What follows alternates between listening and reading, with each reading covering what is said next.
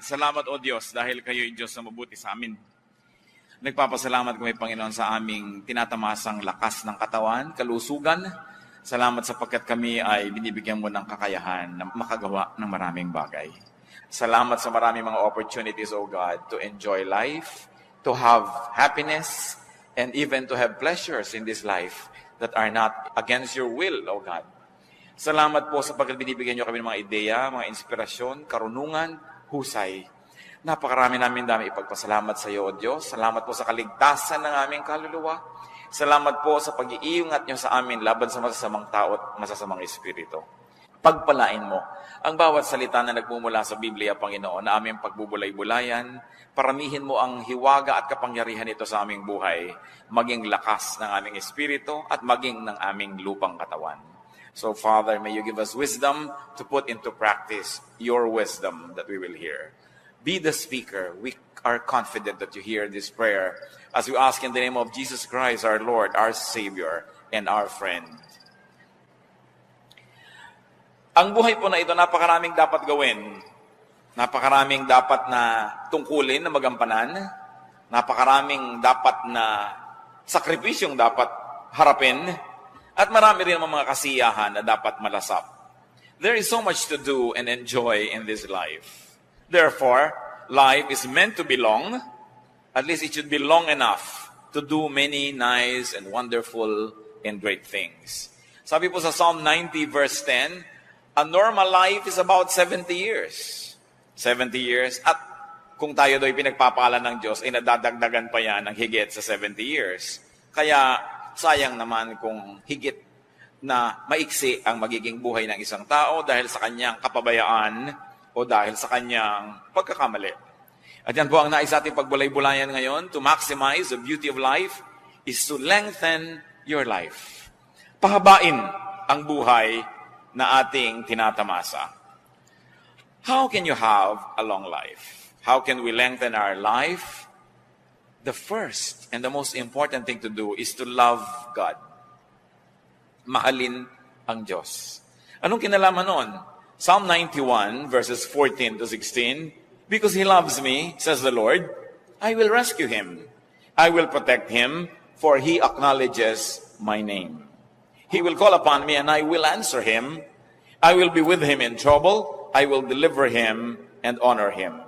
With long life will I satisfy Him and show Him my salvation. So yan daw ang gustong gawin ng Panginoong Diyos sa isang taong nalulugod sa Kanya, nagmamahal sa Kanya at kinalulugdan niya, ililigtas niya mula sa mga panganib at pahahabain niya ang buhay. Love God. Who you love can lengthen or shorten your life. Napakahalaga yan na ating namnamin. Kung sino ang minamahal natin ay pwede magpahaba o magpaiksi ng buhay natin. And when we add, whatever you love can lengthen or shorten your life. Ano bang ating hilig sa buhay? Ano bang gusto natin mga libangan, hobbies? Ano bang ating uri ng pamumuhay, ng lifestyle? Yan yung nakakapagpahaba at nakakapagpaiksi. Bagamat, ang itinakda ng Panginoon ay isang buhay na mapayapa, mahaba at mabunga para sa lahat, pero tayong tao ay binigyan niya ng free will. Kaya meron tayong participation kung umiiksi o humahaba ang ating buhay. Kaya dapat may ginagawa tayong tama. At una dyan, love God. Then obey God's teachings and commands. Isang napakalakas magpahaba ng buhay, yung masunurin. Nakita niyo po yung pag-inom ng gamot, kung sinusunod ninyo yung dosage, humahaba ang buhay niyo. Pero huwag niyong sundin yan, katulad ng isang totoong kwento na nangyari sa Pampanga. Isang ina, sabi ng doktor, bilhin niyo po ang lahat ng gamot na ito at ipainom niyo lahat sa anak niyo kasi alam ng mga doktor, yung habit ng iba ay pag medyo gumaling-galing na, titigilan ng pag-inom ng gamot. Binili nga ng masunuring ina at ipinainom ng lahat, sabay-sabay. Namatay ang bata. Totoong kwento. Hindi sumunod sa instruction ng doktor. Kung tayo susunod sa instruction ng doktor ng mga doktor, sa kanyang ipinagagawa sa atin kung anong dapat ginagawa, kailan, anong hindi dapat ginagawa, di hahaba ang ating buhay. Bakit? Siyang nakakakilala ng ating katawan, ng ating espiritu, ng ating emosyon.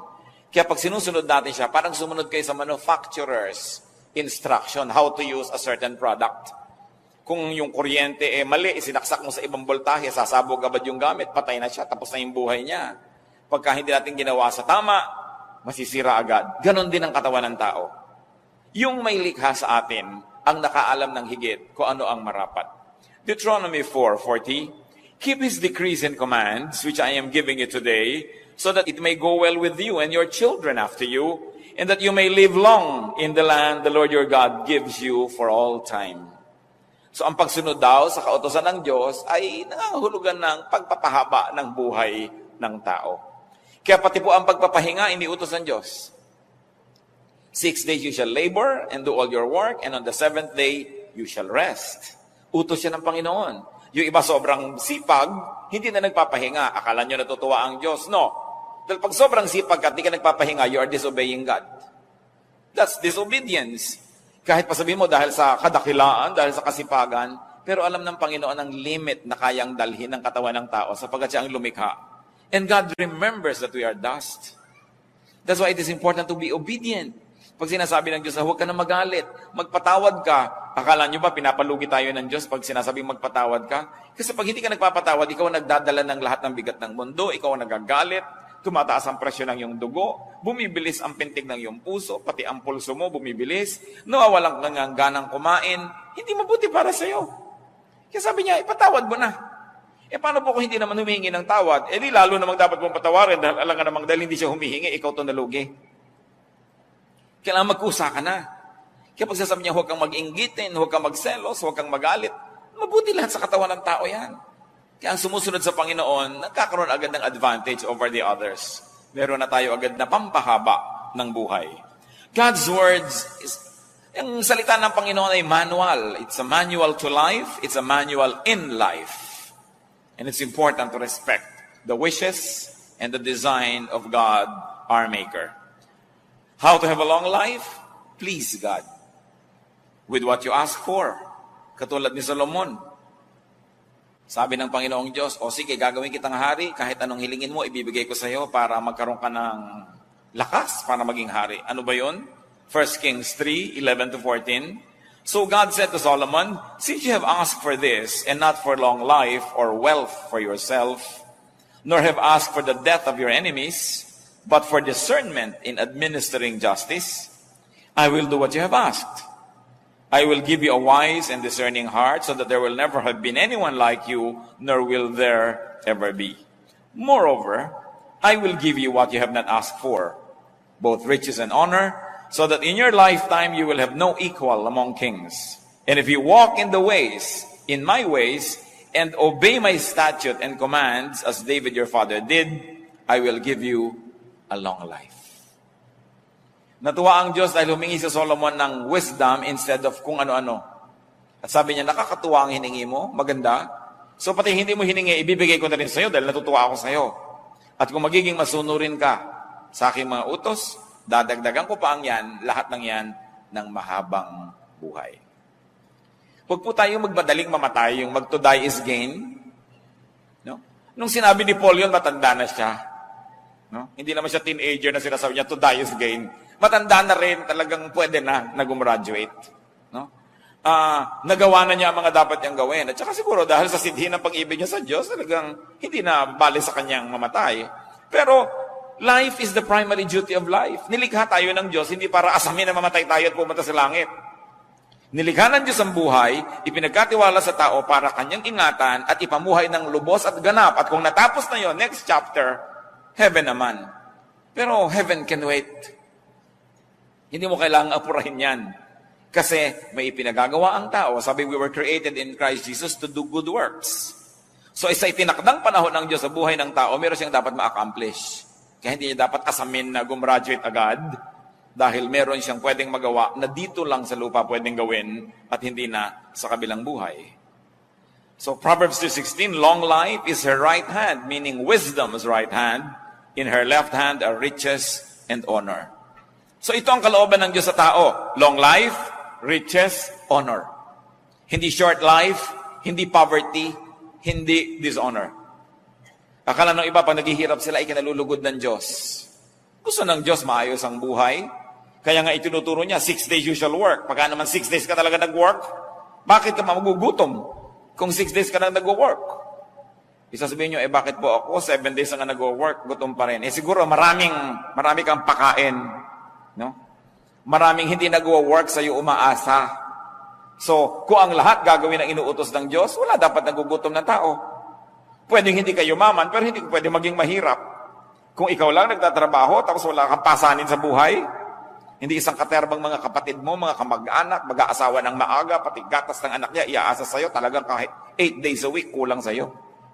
Why? Because the others are not obeying God. Ang utos, the 6 days you shall labor, inutos yan sa lahat. Hindi lang doon sa mangilan-ngilan ng miyembro ng ating pamilya. Kaya nagkakaroon ng sobrang paghihirap dahil ang daming umaasa sa kaisa-isang masipag o nagtatrabaho. Pero ang kalooban ng Diyos, riches, honor, wisdom.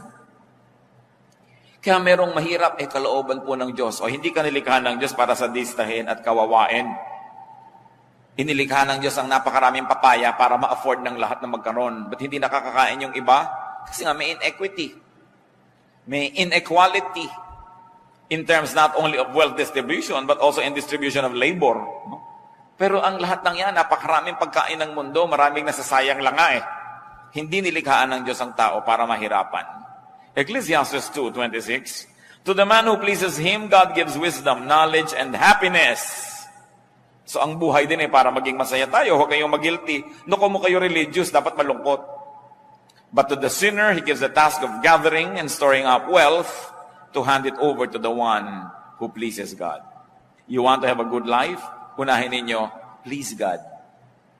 Pag natutuwa sa inyo ang Diyos, sinong pwedeng pumigil sa Kanya na pagpalain kayo? Sino? Sagot siyempre, wala. Ngayon, kung hindi natutuwa sa inyo ang Diyos, sinong pwedeng pumilit sa Kanya na pagpalain kayo? Wala rin. So dapat ang ating layunin to please God. Because with God, nothing is impossible. Pag inuuna natin na siya ibigyan ng kasiyahan, mano ba naman nabigyan niya tayo ng mga bonus sa buhay? Na siya rin naman ang may kagustuhan na tamasahin natin. God doesn't have to be convinced to be good because God is good. Naturally good. Hindi natin kailangan ang Diyos ay himukin na bigyan tayo ng pagkain sapagkat nilikha niya ang lahat para kainin ng tao. Hindi niya kailangan nating himukin ang Diyos na gawan tayo ng mabuti dahil ang Diyos ay mabuti. So pag hindi yun ang nangyayari sa ating buhay, may mali. May mali sa formula ng ating pamumuhay, ng ating lifestyle, o kaya sa lifestyle ng mga taong sobrang lapit sa atin, na kahit anong pagtatama na ginagawa natin sa ating buhay, minamali nilang pilit, nadadamay tayo. Siyempre, damay-damay.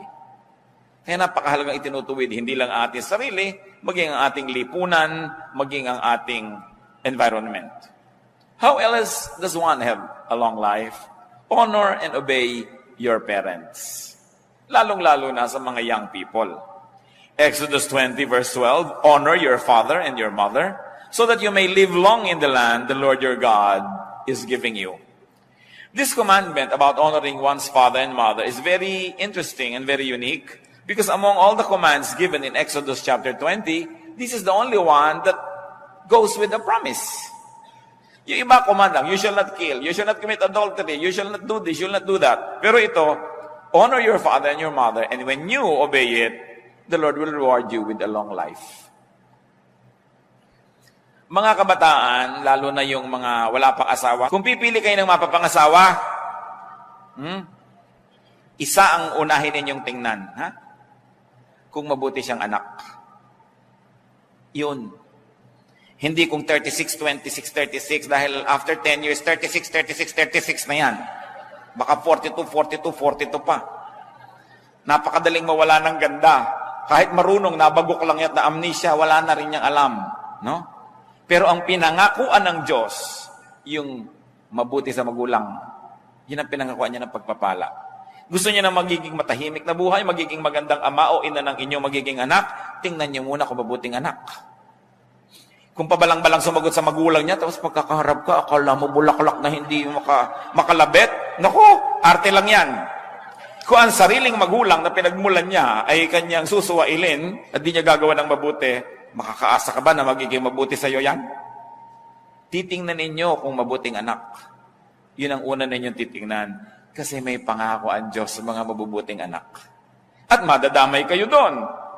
Kung siya hindi mabuti, damay kayo. Kung siya mabuti, kasali rin kayo sa pagpapala dahil magiging kabiyak niya sa buhay.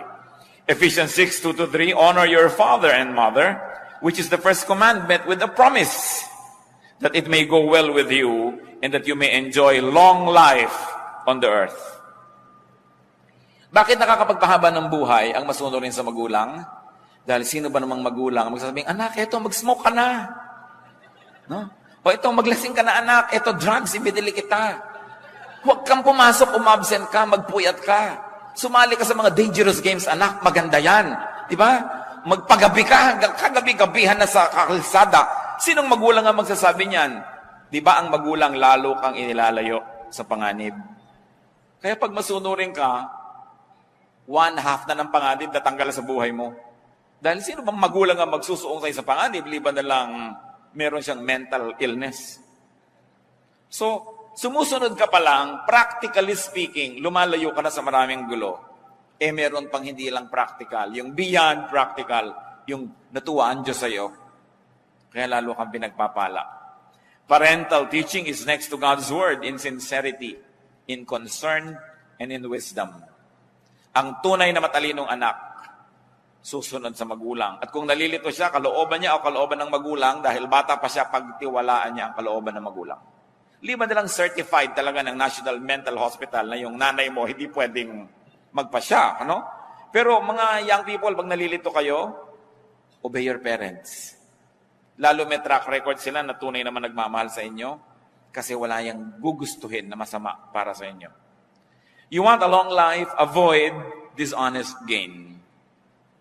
Iwasang manggancho at mang 1, 2, 3 ng kapwa dahil nagagalit ang Diyos sa mga nang lalamang. Deuteronomy 25:15-16, you must have accurate and honest weights and measures so that you may live long in the land the Lord your God is giving you. For the Lord your God detests anyone who does these things, anyone who deals dishonestly. So ang unang ipinapakita ditong halimbawa, yung mga nagtitinda sa palengke, o kaya ay namimili ng mga produkto na kailangan timbangin o sukatin, sabi, gusto nyo humaba ang buhay nyo, kailangan patas ang inyong mga timbangan, hindi may mga daya, no? Ang inyong mga pagsukat, tama, sapagkat makadaya man kayo ng tao, hindi nyo naman kayang dayain ng Diyos na nakamata sa lahat ng transaksyon. Sabi niya, binibigyan niya na mahabang buhay yung nakakalugdan niya. Gusto niyong humaba ang buhay niyo, huwag kayong mandaya ng kapwa. Sasabihin niyo, bakit yung isa namin nakakilala ang daya-daya, humaba ang buhay? Pwede yon, pero ano naman yung quality of life? Kuminsan, ang dami mong dinaya at lahat ng inipon mo, gagamitin mo lang sa isang pagpapagamot na isang grabing sakit na ubos din, marami pang galit sa'yo. At bakit umiiksi ang buhay ng mga mandaraya? Paano kung nalaman ng taong dinaya mo siya at binalikan ka, tinagakabigla? Umiiksi talaga ang buhay mo. Dahil humahanap ka ng gulo pag nandadaya ka. Alam niyo kung ang lahat lang ng tao susundin ang salita ng Diyos, tahimik ang mundo. No? Peace on earth. Hindi mo kailangan ng Miss Universe para magka-peace on earth. Susunod ka lang talaga sa Diyos. Proverbs 28:16, he who hates ill-gotten gain will enjoy a long life. Yan daw mga namumuhi sa mga tinutubo sa pandaraya, magkakaroon ng mahabang buhay. Honesty pleases God. Honesty keeps you away from troubles with men, therefore you will have a long life. And you want long life, be fruitful. Produced honest gain. Alam niyo kung sino lang yung gustong mamatay na? Yung walang magastos. No? So kung ikaw productive, pag may sakit ka, may pambili ka ng gamot, may pampadoktor ka, naiinip ka, may panglibang ka sa buhay, may gusto kang tulungan, natutulungan mo, ayaw mo pang mamatay. Nakita niyo yung mga pharaoh, yung mga emperor, yung lahat mga hari at mga reyna, kutak-kutak at mga elaborate na ritual pag sila namatay kasi gusto nilang ituloy pa yung buhay nila next life kasi enjoy sila eh. Pero yung mga slave, naku, gusto na nang mamatay agad dahil yun na lang ang pag-asa nila makataka sa hirap. So pag tayo po, mabunga sa buhay, dahil marami kang tinatangkilik, marami kang na-enjoy, you naturally want to extend life. That's why to be fruitful, you will naturally position yourself to love life. Sa Matthew 25:21, paano ginantimpalaan yung mabuting manggagawa? His master replied, "Well done, good and faithful servant. You have been faithful with a few things. I will put you in charge of many things. Come and share your master's happiness." Ang pinag-uusapan na natin dito mga kapatid, happiness, hindi na number of years in one's life. Because long life doesn't always mean length. Long life doesn't always mean number of years, but it can mean quality of life. It is not years in your life, but life in your years that make it long.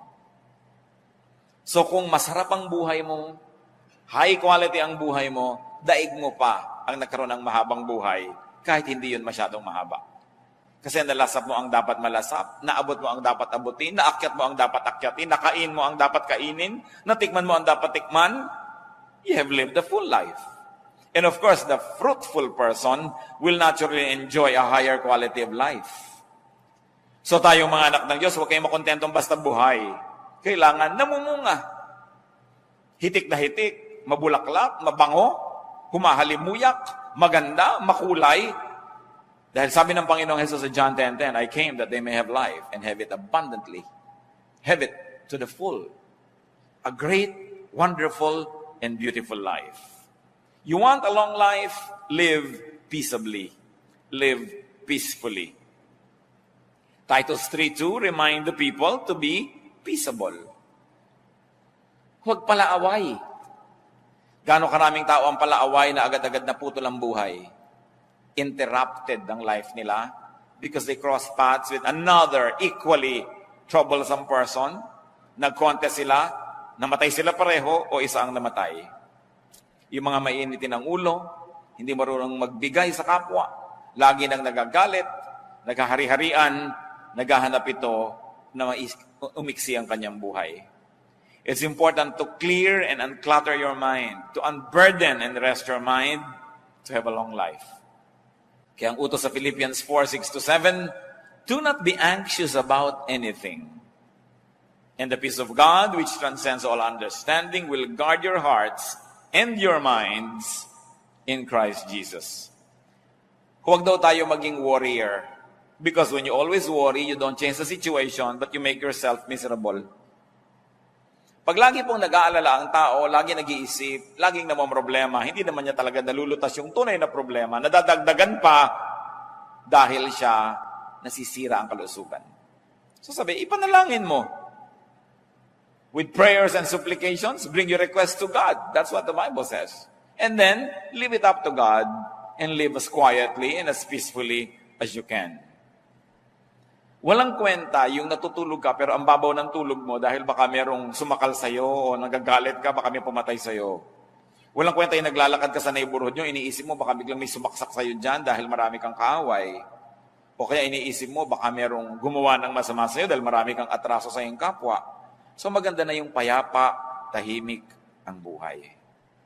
At lagi kong inuulit-ulit, kung talagang mahilig kayo makipag-away, humanap kayo ng kalaban sa Kenya o sa Madagascar o kaya sa Lake Titicaca. Pero yung kaaway nyo, yung kapitbahay nyo, napakalaking kamalian niya dahil ang lapit-lapit, pwede kayo laging saktan, guluhin. Hindi kayong kawawa. Lalong-lalo yung nakikipag-away sa kasambahay, hindi humahanap kayo ng napakalapit na problema kasi kasambahay nyo, nakakasalubong nyo sa pinto. Tapos pag naunahan ka sa banyo, ang tagal-tagal niya sa loob dahil sinasadista ka, hirap na hirap ka, i-exit talaga ang iyong buhay. Huwag na kayo maging banal, maging matalino na lang kayo, huwag kayong makikipag-away sa kasambahay. Lalo yung mag-asawa, magkaaway kayo, tapos iisa ang hihigan yung kwarto, isang kama, napakahirap gawin yun sa buhay. Ang nakakapagtaka, ba't ang daming tao ang kaaway yung kasambahay, yung kapitbahay, yung malapit? And you are within their reach. And they can give you trouble. And you can make their life miserable, and they can make yours miserable as well. So be good, be godly, don't quarrel. But if you cannot be godly, at least be wise. You don't want trouble to come from very near because you are very, very vulnerable. Live peaceably. Ang walang atraso, tahimik ang buhay. Lengthen your life, live healthfully. At usong-uso na niya ngayon. Ang dami-daming spa, lahat gustong magpa-foot detox. Ang lahat ay umiinom ng mga herbs at kung ano-ano. Kasi gusto ng taong lumusog. Nag-gym, nag-exercise, kung ano pinagagagawa sa buhay. Dahil gusto ng tao ngayon, alam nyo, habaan ng buhay. Dahil kahit pa nga tayo reklamo ng reklamo, ang totoo ay masarap ang buhay. Kung hindi ba naman masarap yan, ba't gusto mong panghabaan? No? So hindi dapat reklamo ng reklamo ang tao and live healthfully. Take care of your body. Your body is the temple of the Holy Spirit. And if that doesn't appeal to you, at least think that your body is the only temple of your own spirit. Kapag yung temple mo, sira-sira, giba-giba, ano mangyayari sa sarili mong spirituality?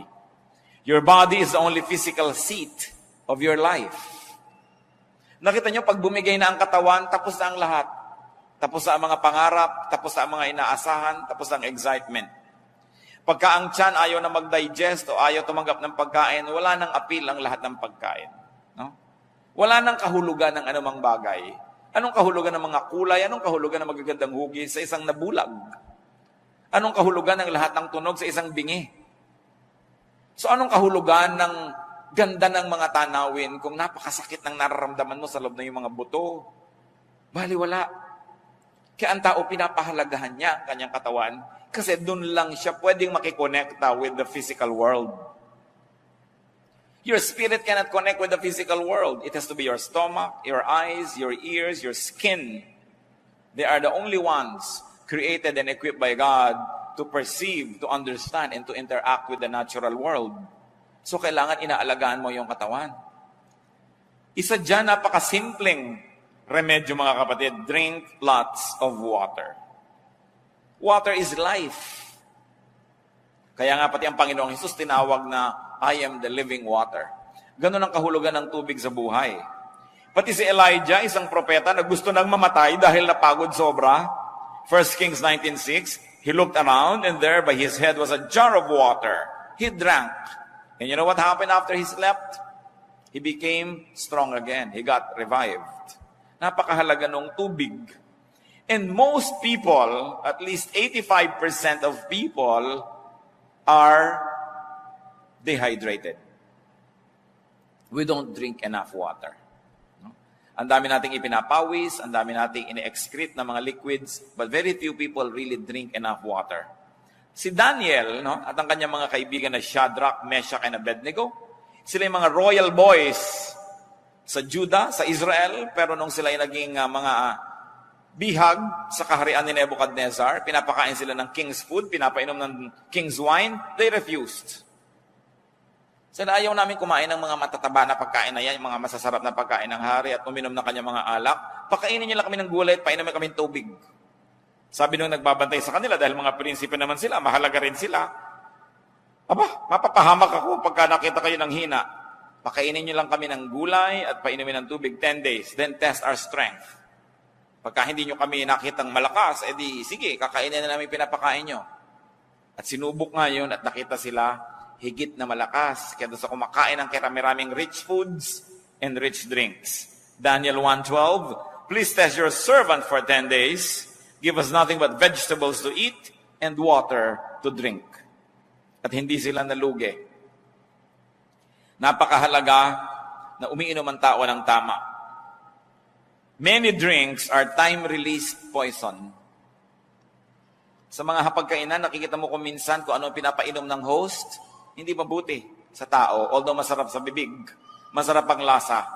Masarap hanggang dito lang sa dila. Paglampas sa lalamunan, laso na. Kaya kailangan sinusuri ng tao at inuuri kung ano ang kanyang pinag-iinom sa buhay. Yung mga tubig na kinulayan ng mga madidilim na kulay, nilagyan ng isang katerbang asukal, ang mahal-mahal pa.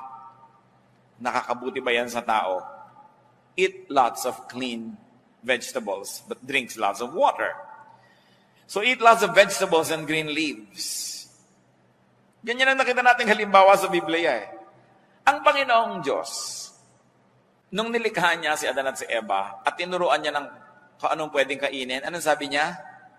All the fruits here you may eat. Right? Except one. So ang tunay na original na kagustuhan ng Diyos sa kainin ng tao, bungang kahoy. Hindi sinabing, yan, yung ahas, kainin ninyo, yung ibon, kainin ninyo. Hindi, Later lang nangyari yon. Pero yung unang-unang sinabi ng Diyos, ito, you are free to eat any of the fruits. Ibig sabihin, it comes from the plant kingdom, yung food ng tao, not from the animal kingdom. Noon lamang ang tao ay bumagsak na nagkasala, yun yung naisipang unang kainin, no? Yung mga kung ano-ano.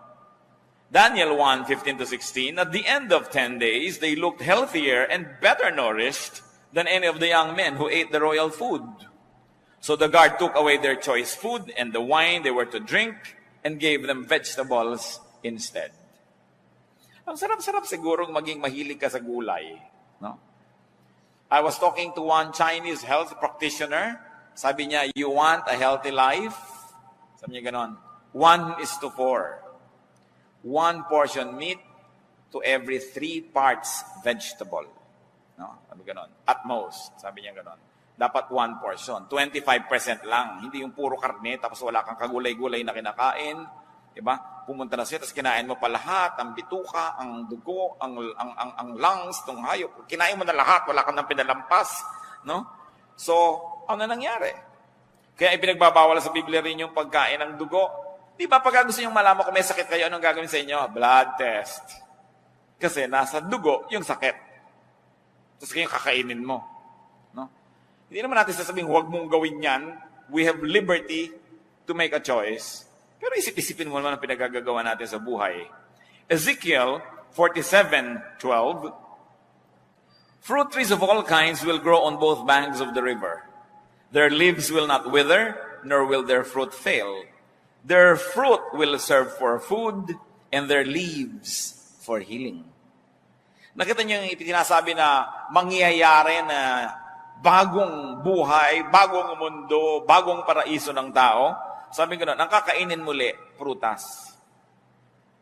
Paano ka naman kakaibiganin ng cobra kung gusto mo siyang iihaw? No? Paano ka naman magiging kaibigan ng mga hayop kung gusto mo siyang gawing pork chop? No? So hindi magiging tahimik ang buhay mo. So sabi niya, leaves for healing. So, nasa dahon ang mga pagpapagaling sa tao. You want to be literal? Think herbal. No? Na talagang nasa mga dahon, napakasarap na kinakain mo yung mga green leafy vegetables. Grade 2 pa tayo, tinuturo na yan na eat green leafy vegetables. No? Pero yung bang ginagawa natin sa buhay? And when you have to fast correctly. May tao po nag-fast, ginaya si Jesus 40 days, namatay. Sa Diyos ko, bakit po ako namatay? Ba't mo ginagaya si Jesus? Si Jesus ka ba? Diba? Hindi ka naman pinag-fast ng 40 days. Di papako ka na rin, gayahin mo na siya ng lubos. No? So, sabi sa Matthew 6:16-18, when you fast, do not look somber as the hypocrites do. Put oil on your head and wash your face, so that it will not be obvious to men that you are fasting. In other words, there's a correct way to fast. And there's an incorrect way. So kung talagang convinced ka na magpa-fast, at least get medical advice. Kakayanin ba ng katawan mo yan? Makakabuti ba? Kasi up to a point, it's really good to fast because your body uses your stored energy. Sabi po nila, pag kumain ng tao sa gabi at natulog na siya, titigil ang buong metabolism, so lahat ng kinain niya magiging taba. No? Dahil hindi naman nagamit Kaya yung iba gusto nila talaga, no eating after 6. Kasi sabi nila, it takes 3 hours to fully digest food. So pagkakain mo, dapat 3 hours ka pang gising bago ka matulog. Pero kung matutulog ka na mamaya, kumain ka pa sa katerba, magiging taba lang yun. Hindi mo magagamit. Yung after 6. Yung iba naman, ang dieta nila, after 6 courses. Tsaka pa lang sila titigil. Kaya talagang hindi natabla-tabla ng anumang dieta. But correct timing, correct bodily condition, motive and technique will also be good if one fasted. Pero dapat tama pati yung motivation. Hindi lang para ipagyabang mo nag-fast ka o dahil lahat may magpa-fast.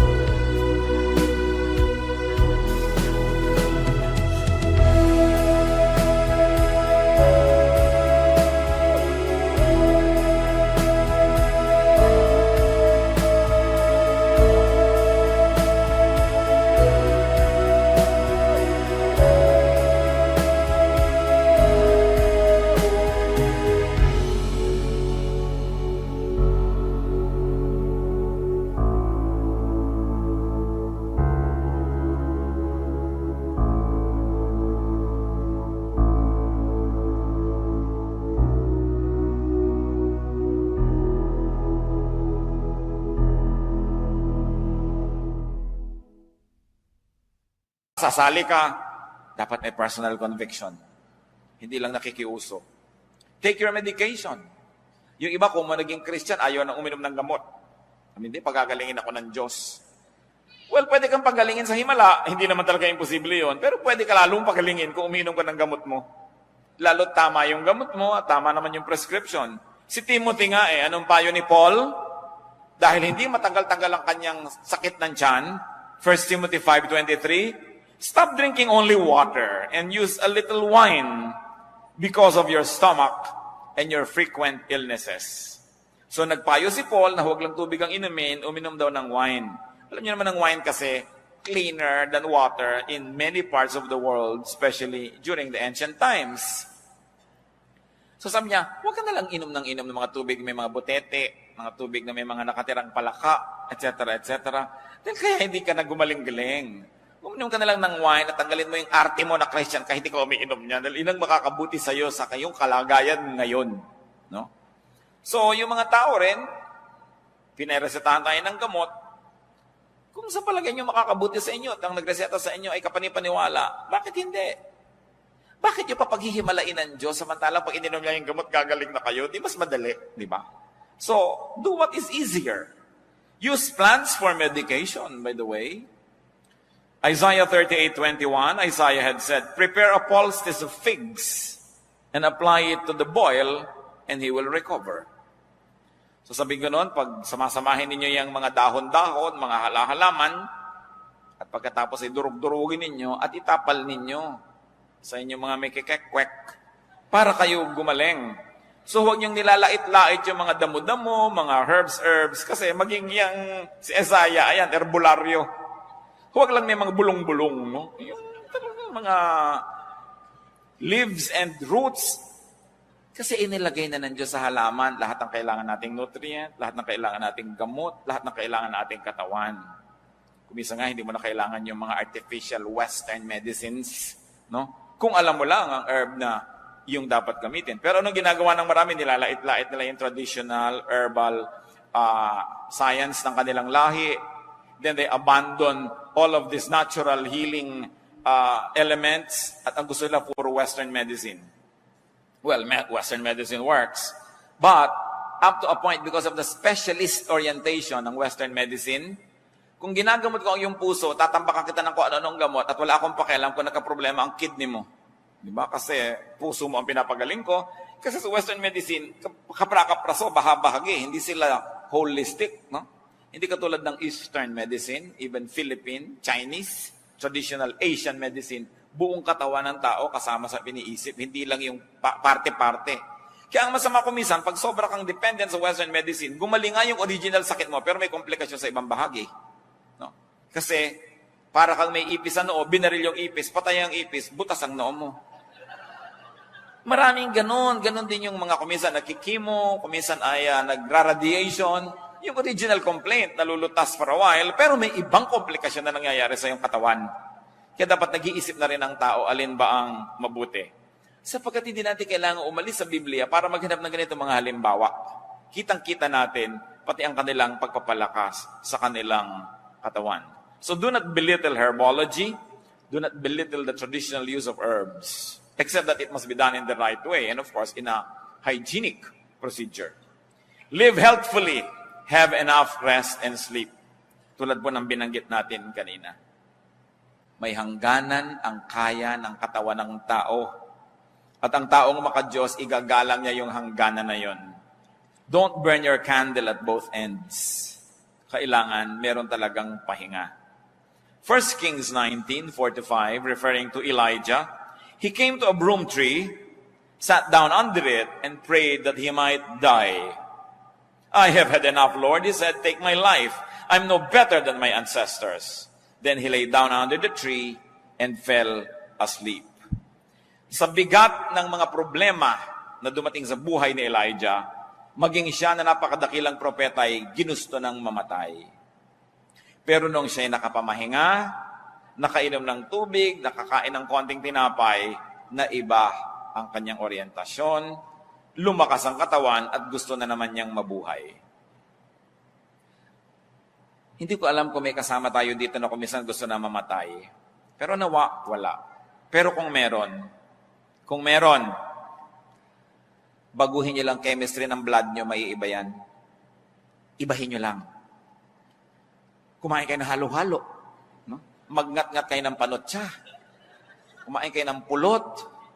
Eat anything that gives you energy. Baka sa ilang sandali lang, sabi mo kanina, Lord, gusto ko nang mamatay. Nung makakais mo, Lord, joke only. Kung kayo'y parang nagnanais mamatay, sobra kayong depressed, kumain kayo ng kung ano. Kailangang baguhin nyo ang chemistry na inyong blood dahil maiiba ang andar na inyong utak. Importante yon. So kung meron sa inyo, tandaan nyo yan. Ano? Kung ano man yon, lalo yung gusto nyong kainin ninyo. Halimbawa, baling tumabada kayo ng konti, isang araw lang naman, isang kain. Pero, when you are depressed, remember this. If you're going to remember this whole night, remember this only for this one thing. If you're depressed, change your body chemistry. Change it. Immediately eat something that you probably not eaten in a long time. Kahit ayaw ng katawan mo, kainin mo siya. Pag naiba ang body chemistry, maiiba ang takbo ng iyong utak. Take it from Elijah.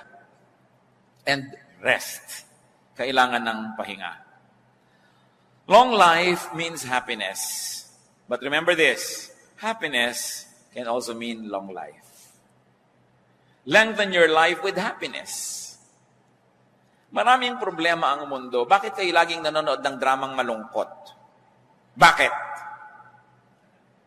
Tigilan ninyo ang panonood ng malulungkot na drama dahil pinapalungkot lang kayo. Bakit kayo magpapalungkot ng sarili? Bakit nila kayo magbaril sa sarili? Mas mabilis. Kita nyo ang Pilipinas, kaya ang dami-dami sa buhay na gulo, away-away ng mga kamag-anak, mga aliliit na bagay, awayan sa churches. Kasi pinagpapanood ng drama, sampalan ng sampalan, awayan ng awayan. Iisa lang naman ang formula, hindi niya anak ito, yun ang anak talaga, mamaya isa lang nakakaalam, papahabain yung kwento, nagpapaulol naman kayo sa mga kwentong ito. It's a waste of time. No? Walang mabuting maidudulot sa ating lipunan ng panonood ng mga ganyang drama. No? At pakikinig na sari-saling drama. At kung kayo naman mahilig lang manood ng horror, lalo na. Yung natatakot kayo, kinakabahan kayo, napapatili pa kayo, at nagbayad pa kayo, ha? Tapos pupunta sa church para ba ipanalangin, makakita ng magagandang bagay, umawit, at makarinig ng sermon, tapos pagdaan ng basket, hindi nakikita. Pero nagbabayad para manood ng horror, nagbabayad yan doon sa mga sasakyan na pinaghahampasan ng katawan nila sa hangin, yung mga hilong-hilo kapag baba mo, nagbabayad. Yung mga tao talaga, ba't di gamitin ang utak? So, huwag kayo nagsasasakay sa mga ganon. Kailangan ko pa magpupunta rito para sabihin sa inyo yun. Huwag kang manood ng horror dahil natatakot ka. Huwag kang manood ng drama dahil nalulungkot ka. Maiksi ang buhay. Kontian nyo yung lugar para sa lungkot. Kasi kahit hindi kayo umimbento ng lungkot, kusayang darating sa mga tamang panahon. Mamamatayin tayo ng kamag-anak. So huwag na kayong umiiyak dahil may namamatay sa TV na drama. No?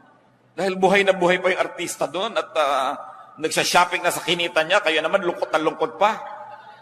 There will be enough people around us who will die. So don't grieve artificially for this kind of deaths that are fictitious. No?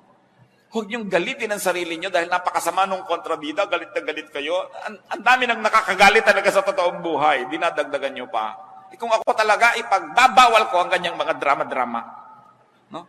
Hindi mabuti sa ating lipunan. Malungkot na lang siyempre sa mga artist at producer. Umimbento kayo ng mas masaya. No? Yung mas maganda, yung nakaka-edify. Life is God's gift. You agree? So love life. Celebrate life. Live life to the fullest. Lengthen your life. And if I may end in this, brothers and sisters, help other people lengthen their own lives. Huwag niyong paiksiin ang buhay ng inyong kapwa dahil tinotorture niyo. Payagan niyo rin silang sumaya. Bigyan niyo rin sila ng lugar. Huwag niyo silang dominahin. Huwag niyong diktahan. Tigi-tigisa lang tayo ng buhay. Hindi ko mo kayo ang may pera, kayo ang may kapangyarihan. Didiktahan niyo ang inyong kapwa kasi siya man, isa lang ang buhay niya. Live your life the best way you can and let others live theirs. Aming Diyos, salamat sa mga paalala niyo na ang buhay ay masaya, maganda, mabuti. And life has enough sorrows, enough troubles, enough problems that we should not